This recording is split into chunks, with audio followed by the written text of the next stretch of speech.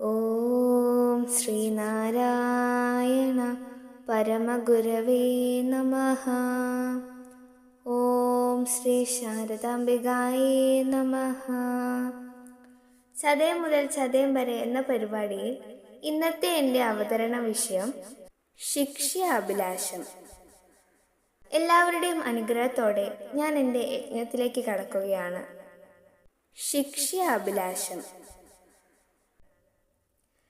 Railway കോൺട്രാക്ടറായിരുന്ന Konni മേസ്തിരി ഗുരുഭക്തനും ശിഷ്യനുമായിരുന്നു. തൃപ്പാദങ്ങൾ മേസ്തിരിയെ സാധു എന്നാണ് വിളിച്ചിരുന്നത്. സാധു എന്നാൽ സജ്ജനം എന്നർത്ഥം. അക്കാലത്ത് അധികമാരും കാർ ഉപയോഗിച്ചിരുന്നില്ല. ഒരു കാറ് വാങ്ങണമെന്ന് മേസ്തിരി ആഗ്രഹിച്ചു.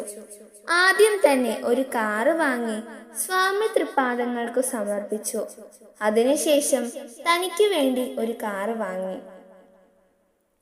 കോന്നി മേസ്തിരിയുടെ മറ്റൊരാഗ്രഹം ഭഗവാനോടൊപ്പം ഇരുന്ന് ഒരു ഫോട്ടോ എടുക്കണം എന്നതായിരുന്നു. ആഗ്രഹം ഭഗവാനെ അറിയിച്ചു. ഭഗവാൻ അനുവാദവും കൊടുത്തു. ഫോട്ടോ എടുക്കുവാനുള്ള ഏർപ്പാട് ചെയ്തപ്പോൾ അവിടെയുള്ള മറ്റൊരാൾ അവരോടൊപ്പം നിൽക്കാൻ തയ്യാറായി. ഭഗവാന് എന്തുകൊണ്ടോ അതിഷ്ടമായില്ല.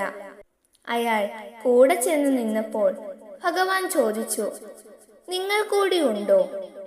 പേരെഴുതി ഒട്ടിക്കേണ്ടി വരുമല്ലോ. ഫോട്ടോ എടുത്തുകൊണ്ട് വന്നപ്പോൾ അയാളുടെ ഉടലും തലയും ഫോട്ടോയിൽ ഉണ്ടായിരുന്നില്ല.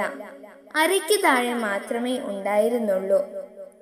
ഇത്രയും പറഞ്ഞുകൊണ്ട് എൻ്റെ ഈ എളിയ വാക്കുകൾ ഭഗവാൻ ശ്രീനാരായണ ഗുരുവിൻ്റെയും അമ്മ ശ്രീ ശാരദാംബികയുടെയും തൃപ്പാദങ്ങളിൽ സമർപ്പിക്കുന്നു. ഓം ശ്രീനാരായണ പരമഗുരവേ നമഃ. ഓം ശ്രീ ശാരദാംബികായേ നമഃ.